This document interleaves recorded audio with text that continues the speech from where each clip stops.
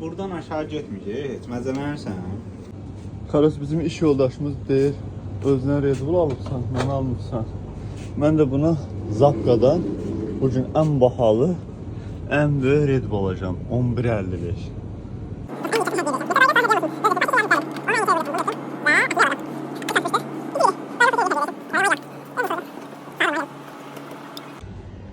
Bizim uşaq da məndən hədiyyə gözləyir. Barmaq boyu teningə tadını satmışam. Gəlirəm Mayqa, səni dəli eləməyə gəlirəm. Bana baxın. Al Ayqa. Red Bull da götür. Bu ne?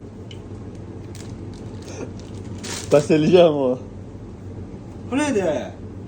Bu qaqa energet Red Bull'dur. Prosta bizim Red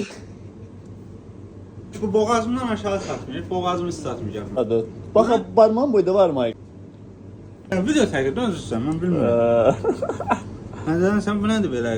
Bəs eləyəcəm mi? Yox, qayıt. Barmağını yoxlat. Barmağın boyda var mı? Barmağın boyda. Barmağımla geçədir.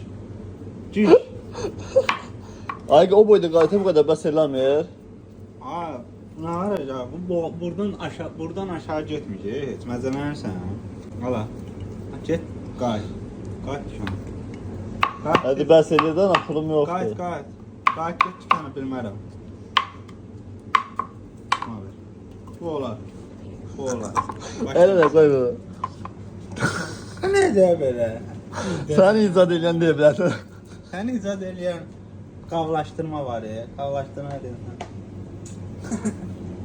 Apar. Parmağımla yaşadı ağzına nə edir?